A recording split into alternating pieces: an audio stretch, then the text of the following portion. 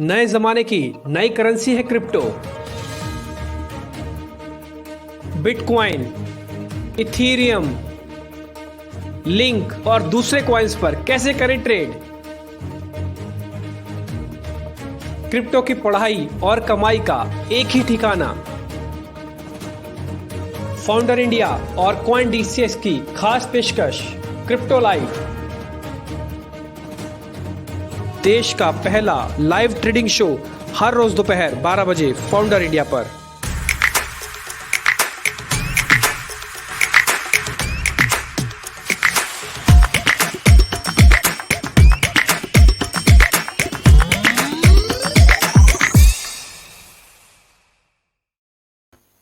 नमस्कार, कॉइन डी6 और founder India की खास पेशकश है क्रिप्टो लाइव, जिसके अंदर हम एक्सपर्ट से बातचीत करते हैं और एक ऐसा यूनिक प्लेटफॉर्म हमने क्रिएट किया जिसमें अर्निंग और लर्निंग दोनों के कंसेप्ट एक साथ आपके पूरे हो जाएंगे। ना तो आपको सीधा सीधा ट्रेडिंग बता रहे हैं, ना ही सीधा एक क्लासरूम का एक लेक्चर है। ये तो आपके सामने अर्निंग और लर्निंग का एक बेहतरीन कंसेप्ट है जो हम आपके सामने लेके आए हैं। आज मेरे साथ फिर से इस इंडस्ट्री के मैं बोलूंगा ट्रेडर कम टीचर उपेंद्र मेरे साथ जुड़े हैं। उनसे जरा हम करते हैं बातचीत और उनसे हम दो तीन चीजें जरूर समझेंगे। एक तो रिस्क रिवॉर्ड कहाँ कहाँ पे खतरनाक हो गया। चलते बाजार में आपको कोई भी आदमी ये बता सकता है ये खरीद लो, ये बेच दो, ये खरीद लो, ये बेच दो, लेकिन एक्सपर्ट्स की जरूरत वहां पे पड़ती है जहां पे पता लगे कि यहाँ पे अब रिस्क रिवॉर्ड उतना अच्छा नहीं है। एक तो ये पहला पॉइंट है जो आज पॉइंट टू बी डिस्कशन होगा। सेकंड पॉइंट है कि जो आज बड़े बड़े लोग जो खासकर जिनकी वजह से लगता है कि कॉइन्स चल जाएंगे, अगर वो कुछ ट्वीट करते हैं तो उसके मीनिंग्स क्या है, उसके मायने क्या होते हैं, ये दूसरा पॉइंट होगा डिस्कशन का। और जो थर्ड पॉइंट होगा डिस्कशन का कि अगर हमको किसी कॉइन्स के अंदर आज भी वैल्यू दिखती है, वर्थ दिखती है, जिसके अंदर हम टिके रह सकते हैं, वो कौन कौन से कॉइन्स है। तो तीन मेजर सेगमेंट के साथ आज हम इसमें आने वाले हैं और फिर हम इसकी चर्चा करेंगे। उपेंद्र जी, पहले तो बहुत बहुत शुक्रिया, थैंक यू वेरी मच। जैसे मैंने अपने स्टार्टिंग नोट में भी कहा ना कि आप मेरे को इन्वेस्टर ट्रेडर साथ साथ आप टीचर भी मेरे को ज्यादा दिखते हो, क्योंकि जिस तरह से आप पॉइंट को रखते हो, जो तर्क के साथ आप बात बोलते हो, एक टिपिकली एक टीचर वाला कैलकुलेशंस आपके यहाँ से निकल के आती है। Sir, being as an teacher ही मैं अगर आपसे ये सवाल पूछूं कि इस समय मैं अगर क्रिप्टो करेंसीज के अंदर एंटर कर रहा हूं या क्रिप्टोस के अंदर वापस आ रहा हूं, तो कोई खास बड़ी दिक्कत तो नहीं है, क्योंकि ये धीरे धीरे पेनिट्रेट हो रहा है। आज एक ऑफिस के अंदर 2 लोग क्रिप्टोस में ट्रेड करते थे, अब उसी ऑफिस के अंदर जहां पे 50 की स्ट्रेंथ थी, अब 4 लोग ट्रेड करते हैं। लेकिन 2 लोग अब आ रहे हैं, 2 लोग थोड़े पहले आए थे, वो उनको देख के आ रहे हैं। जो 2 लोग थोड़े लेट आ रहे हैं, वो गलती तो नहीं कर रहे। देखिए, गलती तो नहीं कर रहे हैं, बस ये है कि वो थोड़ा लेट हो गए हैं। इट्स लाइक कि जिस टाइम पे जब टाइम था इसमें एंटर करने का, तब कोई इसको देखने को भी तैयार नहीं था। तब हर कोई इसको पोंजी स्कीम बोलता था, हर कोई ये बोलता था कि बिटकॉइन इल्लीगल है। आज भी कई लोगों के माइंड में ये शंका है कि बिटकॉइन इल्लीगल सरकार कर सकती है, या वो बोल रहे हैं।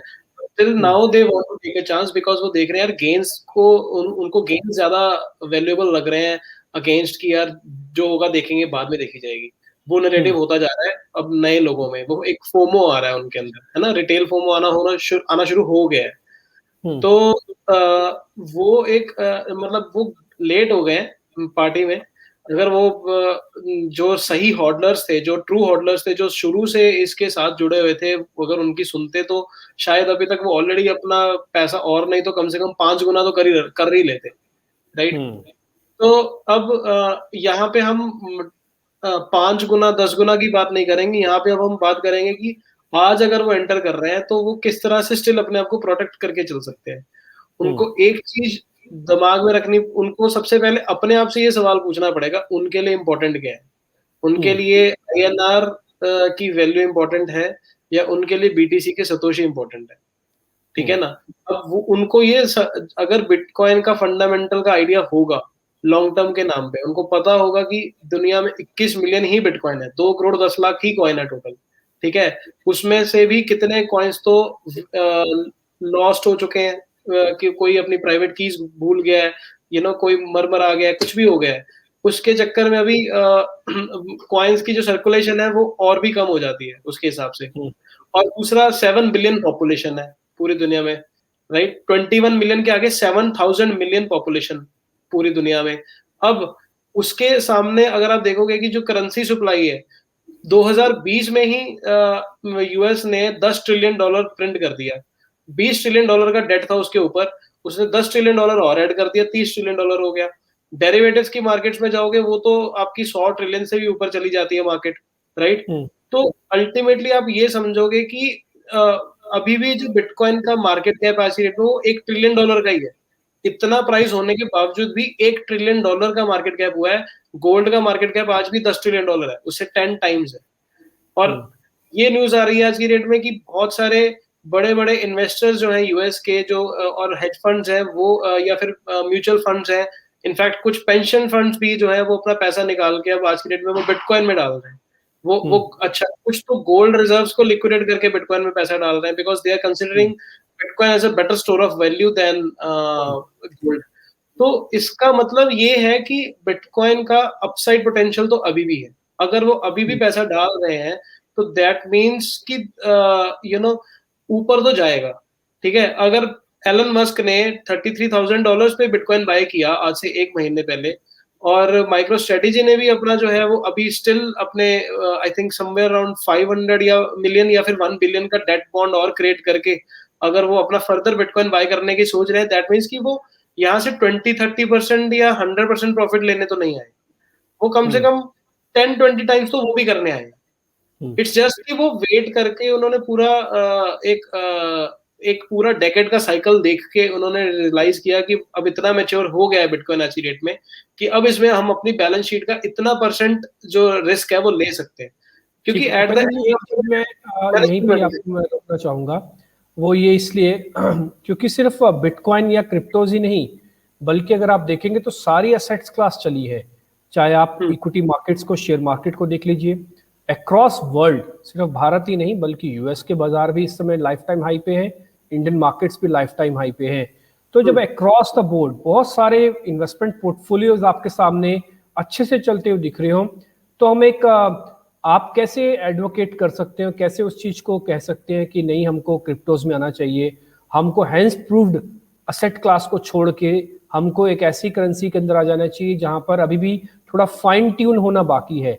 आप इसको कैसे एडवोकेट करोगे? क्योंकि मैं एक मान लीजिए क्लाइंट हूं और आपके सामने बैठा हूं, तो मेरा एक जेन्युइन क्वेश्चन हो सकता है, और तो आप उसका क्या जवाब दोगे? देखिए, उस केस में मैं इतना ही जवाब दूंगा कि जो स्टॉक मार्केट्स भी होती हैं, इक्विटी मार्केट्स भी होती है, वहां पे भी कुछ लो कैप जेम स्टॉक्स होते हैं जिनको लोग फाइंड करने की कोशिश करते हैं, बिकॉज उसमें ग्रोथ पोटेंशियल ज्यादा होता है कंपैरेटिव टू जो ब्लू चिप स्टॉक्स होते हैं, राइट? अब इसी तरह से आप ये समझ लो कि स्टॉक मार्केट इंटायरली आपकी ब्लू चिप मार्केट है, लेकिन एक जो लो कैप जेम है वो क्रिप्टोज है, वो अभी भी लो कैप है कंपैरेटिव टू इक्विटी मार्केट्स और स्टॉक मार्केट्स। तो उसके सामने क्रिप्टो मार्केट अब उसका जो अडॉप्शन है वो अभी भी उस लेवल पे नहीं आया। अगर अडॉप्शन नहीं आया है तो इसका मतलब कि उसमें ग्रोथ पोटेंशियल जो है वो इस स्टॉक्स के कंपैरेटिवली मच बेटर है, कुछ कहीं गुना ज्यादा है। उसका जो सबूत है वो हिस्टोरिकल डेटा है, जो आपको चीख चीख के बोल रहा है कि आप पिछले 5 साल में स्टॉक्स कितने % राइज करे हैं और पिछले 5 साल में क्रिप्टोज कितने % राइज करे हैं। अब अगर आप ये बोलोगे कि पिछले 1 साल में जो ग्रोथ हुआ है स्टॉक्स का, तो आप उसको अगेन क्रिप्टो के साथ कंपेयर करके देख लो, वो मैच ही नहीं करते स्टिल, इतनी ग्रोथ के बावजूद भी। उसका सीधा सीधा रीजन ये आता है कि अगर मार्केट में फ्रेश सप्लाई करेंसी की आ रही है, अगर कंट्रीज ने, सेंट्रल बैंक्स ने पैसा दबा के जम के प्रिंट करा है, तो वो पैसा मार्केट में जब फ्लोट होगा तो वो स्टॉक मार्केट्स को आज की डेट में पुश करेगा ही करेगा, बिकॉज मॉडर्न मॉनेटरी थ्योरी जो आज की डेट में बोल रही है वो ये बोल रही है कि जितना ज्यादा से ज्यादा पैसा बहा सकते हो मार्केट में बहाओ, हमें किसी भी तरीके से स्पेंडिंग लेके आनी है। स्पेंडिंग तभी आ सकती है जब लोगों को किसी तरीके से पैसा उनके जो पोर्टफोलियोज में पड़ रहा है तक पैसा पहुंचाया जाए। Correct correct. तो लिक्विडिटी, अब वो क्या कर रहे हैं, वो लिक्विडिटी किसी तरीके स्टॉक मार्केट्स में लेके आ रहे हैं। जब स्टॉक मार्केट्स में लिक्विडिटी आएगी तो क्रिप्टो मार्केट्स में तो जाहिर सी बात है कि आएगी आएगी। उपेंद्र जी, मैं कहीं भी हम ये भी पढ़ते थे कि जो क्रिप्टोस हैं, खासकर बीटीसी है, और उस पे वो इन्फ्लेशन का हेज है, क्योंकि आप लिक्विडिटी पंप इन कर रहे हो तो इन्फ्लेशन को हेज करने के लिए, इन्फ्लेशन बढ़ेगा, वो किसी भी तरह का इन्फ्लेशन होगा, आइदर फूड और नॉन फूड इन्फ्लेशन, व्हाटएवर, ठीक है ना। वो इन्फ्लेशन को हेज करने के लिए पहले एक ही प्रोडक्ट हुआ करता था जिसको हम सोना कहते थे, गोल्ड। अब उसकी जगह साथ में बिटकॉइन भी आ गया है। तो इसका मतलब मैं ये सोचूं कि बिटकॉइन ने इतना क्रेज जनरेट कर दिया है कि लोग अब सेकंड ऑप्शन में गोल्ड की जगह बीटीसी को भी देखने लग गए हैं। मैं एक इसलिए पता करना चाह रहा हूं क्योंकि मैं अपना मन बनाना चाहता हूं। मैं एंट्री का लेवल स्ट्रेटजी कैसे रखूंगा वो तो मैं आपसे बाद में पूछूंगा, पहले मैं अपना मन तो बनाऊं। तो क्या मैं गोल्ड के अगेंस्ट में बीटीसी को अब इतना इतना चार्मिंग हो चुका है, इतना फेमस, इतना ट्रस्टवर्दी, इतना कॉन्फिडेंस हो चुका है कि मैं अपना एक हेज कॉइन या हेज कुछ रखना चाहता हूं, तो गोल्ड की जगह मैं बीटीसी भी रख सकता हूं। बिल्कुल, ये हो चुका है। उसका रीज़न ये है कि लोगों को कहीं न कहीं ये समझ में आ गया है कि जिन लोगों का विश्वास बिटकॉइन के ऊपर से उठा था 2017 के बाद से, उन्हें ये समझ में आ गया कि अगर वो 3 साल भी पेशेंस से होल्ड करके बैठ जाते, तो उनका पैसा रिकवर ही नहीं होता, बल्कि आज स्टिल 2 गुना, 3 गुना तो हो ही गया होता पैसा, अगर उन्होंने टॉप पे भी खरीदा होता $20,000 पे। तो इसका मतलब ये है कि बिटकॉइन एक ऐसा एसेट क्लास बन गया है, जिसने प्रूव कर दिया पिछले 10 साल में कि वो कहीं जाने नहीं वाला। दूसरी सबसे बड़ी बात ये है कि इस बार जो फोमो आया है, इस बार जो रन आया है, वो इंस्टीट्यूशंस की वजह से आया है। इंस्टीट्यूशनल जो फोमो आ रहा है, उनकी तरफ उनको भी ये समझ में आ रहा है कि बिटकॉइन को जितना लेके खरीद के रख सकते हो रख लो। उसमें कोई भी आपके अगर टेक्निकल्स आप देखोगे, टेक्निकल्स उतना परफेक्टली काम नहीं करेंगे, बिकॉज इस टाइम पे जो टेक्निकल्स के अकॉर्डिंगली बिटकॉइन ऊपर नहीं जा रहा है। इस टाइम पे सिर्फ सिंपल डिमांड एंड सप्लाई की गेम के हिसाब से बिटकॉइन ऊपर जा रहा है। यहाँ पे और कोई लॉजिक है ही नहीं है, क्योंकि सप्लाई मार्केट में लिमिटेड है, ठीक है, और आपका जो डिमांड है वो बहुत बढ़ती जा रही है, क्योंकि हर किसी के पास रिजर्व में बिलियंस ऑफ डॉलर्स पड़े हुए हैं। जैसे जैसे इंस्टीट्यूशंस रियलाइज कर रहे हैं कि ये एक फाइनाइट एसेट क्लास है, इसको हम जितना इकट्ठा कर सकते हैं उतना हमारे फ्यूचर अगले 10 साल के लिए बेनिफिट है, बिकॉज उनके जो पैसा है वो बॉन्ड्स में गया हुआ है। बॉन्ड मार्केट में, bond market already negative interest rates पे चल रही है। अगर बॉन्ड मार्केट्स के अगेंस्ट वो आज की डेट में अगर उसका 1 या 2% भी अपने बैलेंस शीट का अगर बिटकॉइन में डाल देंगे, आई थिंक वो स्टिल पॉजिटिव हो जाएगा उनका ओवरऑल रिटर्न। ठीक है। तो आप ये कह रहे हैं कि डिमांड, आप ये कह रहे हैं कि डिमांड सप्लाई का थोड़ा मिसमैच है, डिमांड थोड़ी ज्यादा है और सप्लाई लिमिटेड है, तो आप बता ही रहे हैं क्योंकि कॉइन्स लिमिटेड हैं। ये जो डिमांड बढ़ी है, ये अवेयरनेस की वजह से बढ़ी है या ये प्योर लिक्विडिटी का प्ले है कि लिक्विडिटी है, लोगों को पता नहीं चल रहा या इंस्टीट्यूशंस को पता नहीं लग रहा कि पैसा कहाँ पे डंप करें, क्योंकि लिक्विडिटी तो है ही, नोट तो छपे हैं, पैसा तो आ ही गया है। अब ये लिक्विडिटी प्योर लिक्विडिटी है या फिर ये अवेयरनेस भी है, जानकारी भी है, एक बेहतर स्ट्रक्चर की तरफ लोगों का बढ़ना भी है? ये सिर्फ प्योर लिक्विडिटी है? अगर प्योर लिक्विडिटी है तो क्या रुक भी सकती है? देखिए, मेरा ये मानना है कि जो पेंडेमिक आया है, वो पेंडेमिक एक बहुत मेजर रीजन बन गया लोगों को इसके मतलब जो इंस्टीट्यूशंस है उनको रियलाइज करवाने में कि governments will keep printing money. ठीक है, अगर ये पेंडेमिक ना होता तो शायद ये कैटलिस्ट ना प्ले करता। पेंडेमिक हुआ, उसकी वजह से सेंट्रल बैंक्स ने करेंसी सप्लाई प्रिंट करी इन्फिनाइटली, तो वो उनको ये समझ में आ गया कि उनकी जेब में जो कैश रिजर्व पड़ा है वो तो उसकी वैल्यू कम हो गई है। सिंपल इकोनॉमिक्स है, किसी को भी समझ में आ जाएगा। अब इस वजह से उनको ये रियलाइज हुआ कि एक फाइनाइट एसेट क्लास है जिसकी तरफ हम हेज कर सकते हैं अपने आप को। दे वर थिंकिंग गोल्ड। स्टार्टिंग में आपने देखा होगा पिछले साल गोल्ड बहुत भगा था, सिल्वर भी भगा था, बट देन उसके बाद से गोल्ड गिरा। अब तब से गोल्ड अभी भी एक्यूमुलेशन में है, वो जा ही नहीं रहा है ऊपर, क्योंकि उनको ये समझ में आ गया कि बिटकॉइन एक ऐसा सोर्स है जिसको अगर वो एक बार एक्वायर करते हैं, वो अपनी मर्जी से उसको कहीं पे भी एक्वायर कर सकते, कहीं पे भी ट्रांसफर कर सकते हैं दुनिया भर में। तो ये उनको एक बहुत बड़ी इंडिपेंडेंस दे रहा है अपने लिक्विडिटी को मूव करने के लिए without any interference from any government source. ठीक है, उनको करना है कि उनकी बैलेंस शीट में उनको शो करना है बस, they are showing this, and वो उसके हिसाब से बिटकॉइंस को एक्वायर करते जा रहे हैं। तो मेरे हिसाब से यही एक मेजर रीजन रहा है इसकी डिमांड बढ़ने का बिटकॉइन का, और इसके अलावा और कोई रीजन नहीं है। अगर ये पेंडेमिक ना होता तो इतना शायद इतना रन हम ना देखते। अब मैं थोड़े मैक्रो इवेंट से निकलने के बाद एक सेकंड इवेंट्स पे आ रहा हूँ। वो थोड़ा आजकल नया फैशन में है, ट्रेंड में है, वो है ट्विटर, ट्वीट्स। मार्केट के अंदर क्रिप्टोस का मार्केट अब ट्वीट बेस्ड हो गया है। अब लोग कहते हैं कि आप टेक्निकल एनालिस्ट हैं, लोग कहते हैं फंडामेंटल एनालिस्ट हैं, तीसरे आजकल ये कहते हैं कि हम ट्विटर एनालिस्ट हैं। हम ट्वीट्स को पढ़ते हैं, समझते हैं और उसकी डेंसिटी चेक करते हैं कि इस ट्वीट का मतलब क्या है। ये ट्वीट कितने खतरनाक है सर? ये इस तरह के जो स्ट्रक्चर बनाते हैं उसके अंदर मान लो एलन मस्क एक ट्वीट ये कर देते हैं कि उनको बिटकॉइन अब थोड़ा सा स्लाइटली महंगा लग रहा है, तो क्या बिटकॉइन 10% उस दिन टूट सकता है? वो किसी दिन वो अपने दोस्त का नाम लिख के किसी दिन उन्होंने ट्वीट किया, वो कोइंसिडेंटली वो किसी कॉइन के साथ मैच करता था, उस दिन उसमें 2 दिन तक कॉइन चलता रहा। अब वो किसी दिन वो लिख देते हैं कि वो बीटीसी खरीदने जा रहे हैं, तो बीटीसी फिर चलने लगता है। मतलब कुछ भी हो रहा है तो सब ट्विटर पे चल रहा है। तो ये इस पे मैं आपका जरा एक पॉइंटर जानना चाहता हूँ कि क्या हम एक स्क्रीन अपनी ट्विटर की भी लगा लें साथ में, कि भाई यहाँ पे हम और सब चीजें देखते हैं, ट्विटर भी देखते रहे कि वहाँ पे कौन क्या एक्टिविटी कर रहा है। देखिए, आपने बिल्कुल सही बोला। ट्विटर आज की डेट में बहुत मेजर रोल प्ले कर रहा है।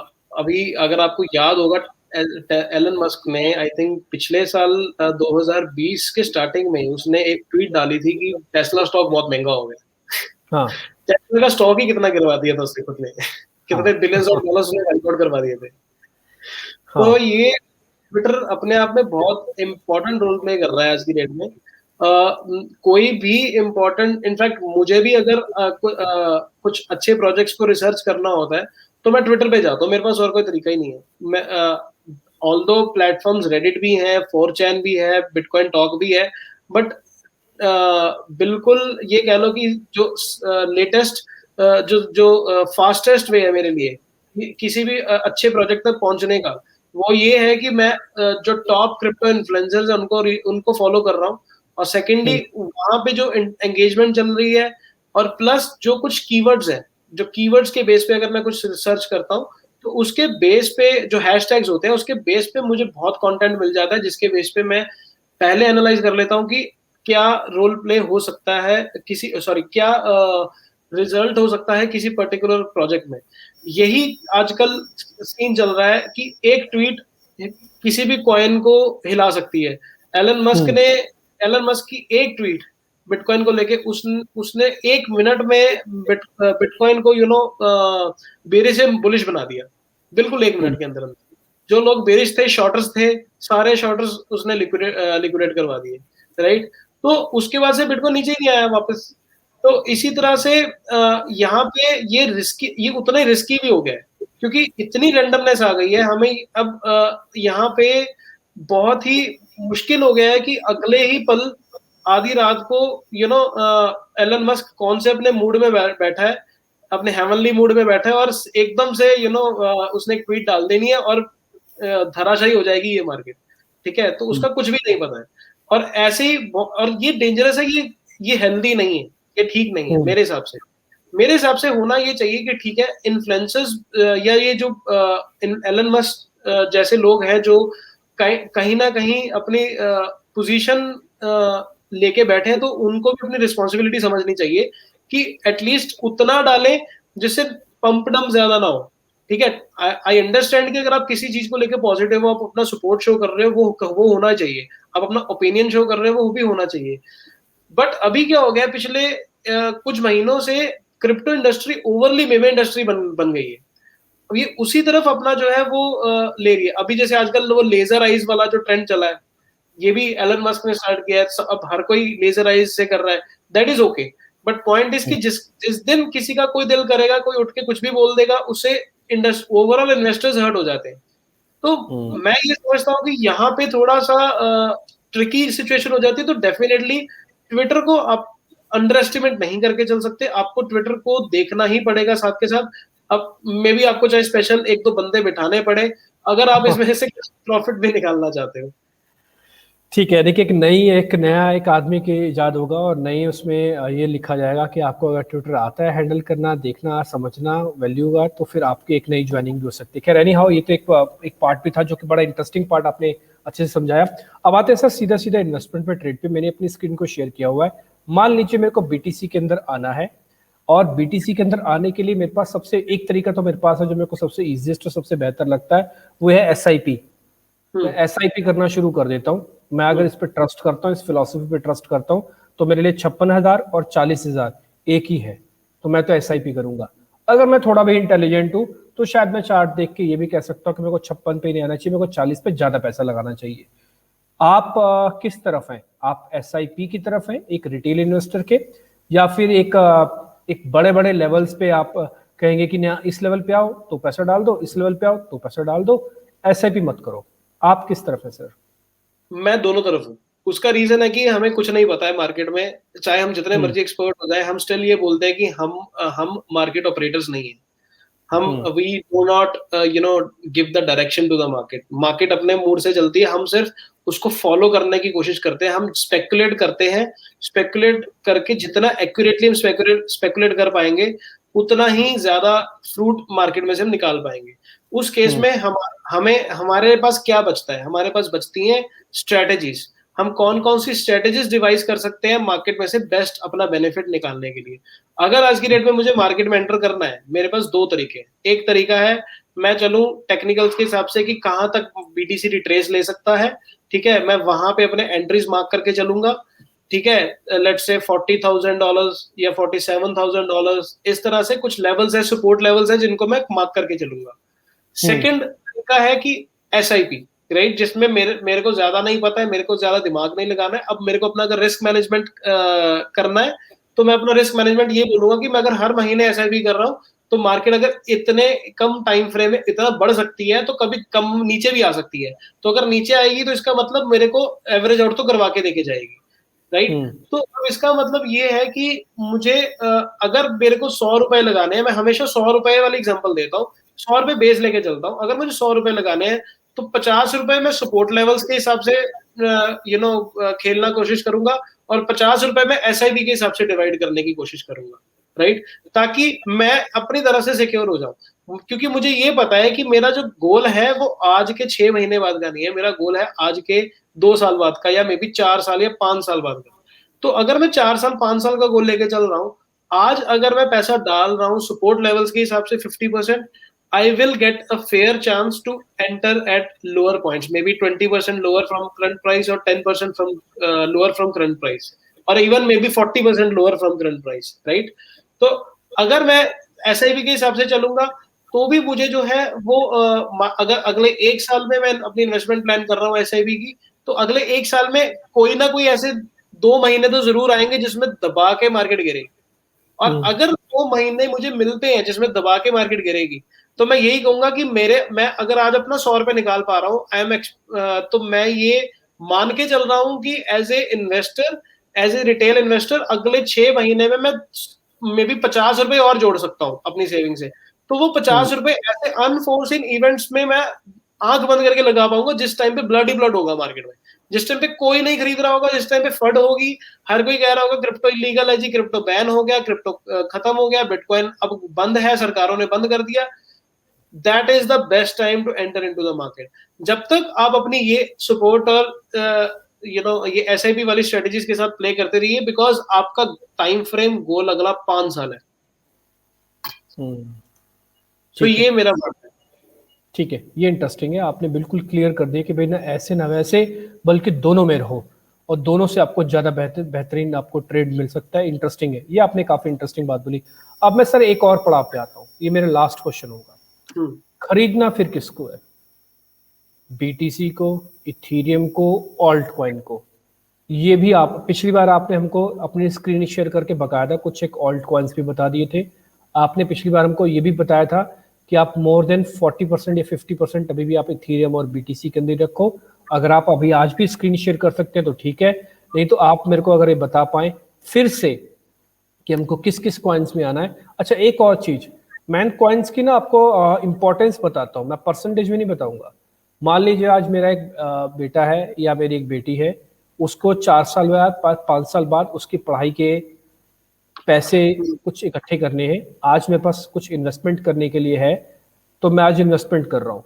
तो क्या आप कोई ऐसा कॉइन बता सकते हैं कि 4-5 साल बाद मैं उनके पैसे इकट्ठे कर पाऊंगा? मान लीजिए मेरे घर में कोई इवेंट है, मेरे को कोई बड़ा मकान लेना है, मैंने कोई प्लानिंग कर रखी है किसी और चीज़ को लेकर, क्या इतने ट्रस्टवर्दी कॉइन्स हैं कि जहाँ पे हम थोड़ा पैसा डाल के 4-5 साल में कुछ मनी रेज कर सकेंगे? ये मैं किसी न किसी ऑब्जेक्टिव के साथ ही करूंगा, मैं सिर्फ एक्सपेरिमेंटल और लैब टेस्ट के लिए नहीं आ रहा। मेरे पास एक ऑब्जेक्टिव है, जैसे मैं म्यूचुअल फंड्स में इन्वेस्टमेंट करूंगा तो मेरा एक ऑब्जेक्टिव है कि मैं 10 साल में मेरे को पता है कि मैं इतना सर्टेन अमाउंट पैसा इकट्ठा करूंगा अपना। मैं सर्टेन ऑब्जेक्टिविटी के साथ मैं क्रिप्टोज में आना चाहता हूँ। Got it. सो उस केस में देखिए, मैं ये बोलूंगा कि आपको सबसे पहले तो कैटेगरीज चूज करनी पड़ेंगी क्रिप्टो की। जैसे पेमेंट्स कैटेगरी है, उसमें बिटकॉइन आ जाता है, लाइट कॉइन आ जाता है, बिटकॉइन कैश आ जाता है, इस तरह से। प्राइवेसी कॉइन्स की इंडस्ट्री है तो मोनेरो जी कैश आ जाता है।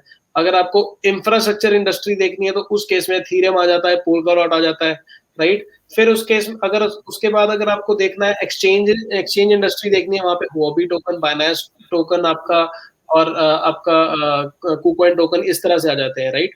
तो अब आपको ये कैटेगरी सबसे पहले देखना पड़ेगा।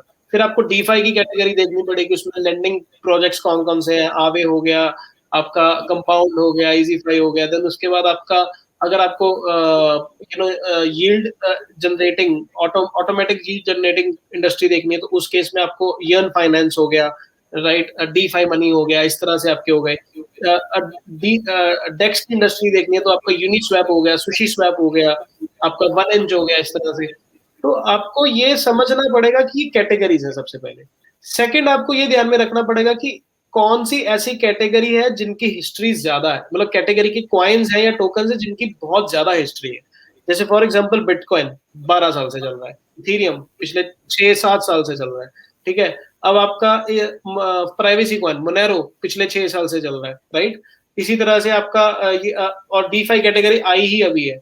तो इसका मतलब जितनी पुरानी कोई कैटेगरी होगी और वो आज भी अगर सर्वाइव कर रहा है, दैट मीन्स कि उनमें स्टोर ऑफ वैल्यू के चांसेस ज्यादा होंगे।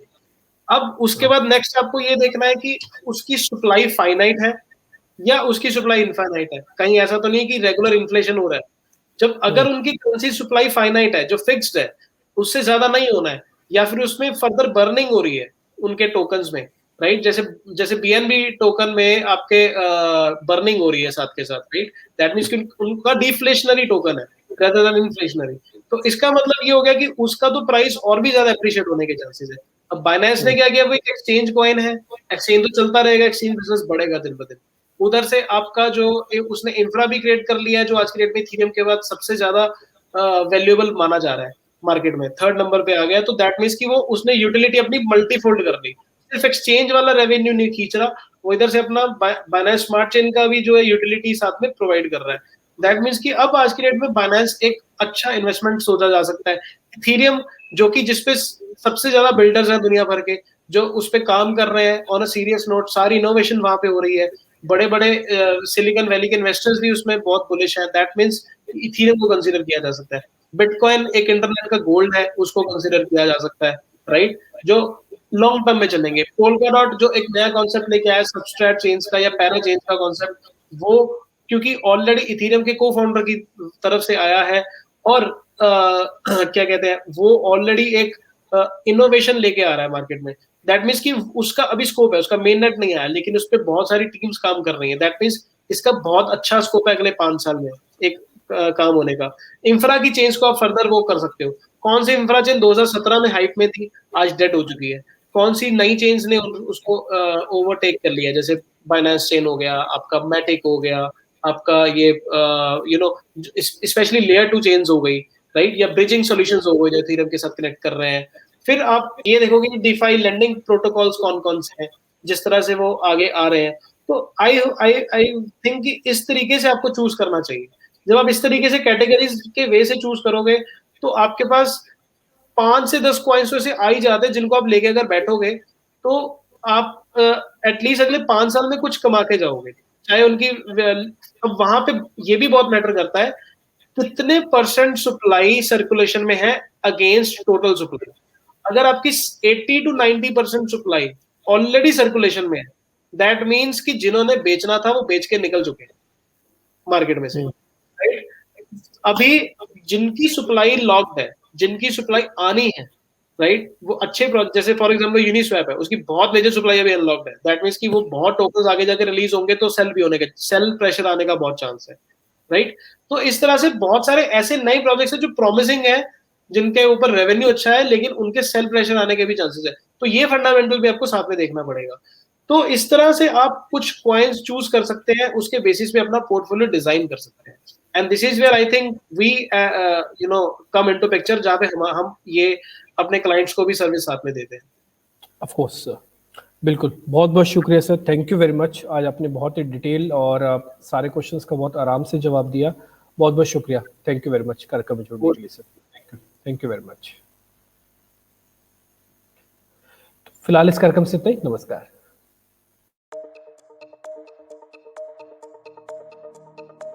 नए जमाने की नई करेंसी है क्रिप्टो। बिटकॉइन, इथीरियम, लिंक और दूसरे कॉइन्स पर कैसे करें ट्रेड। क्रिप्टो की पढ़ाई और कमाई का एक ही ठिकाना, फाउंडर इंडिया और CoinDCX की खास पेशकश क्रिप्टो लाइव, देश का पहला लाइव ट्रेडिंग शो हर रोज दोपहर 12 बजे फाउंडर इंडिया पर।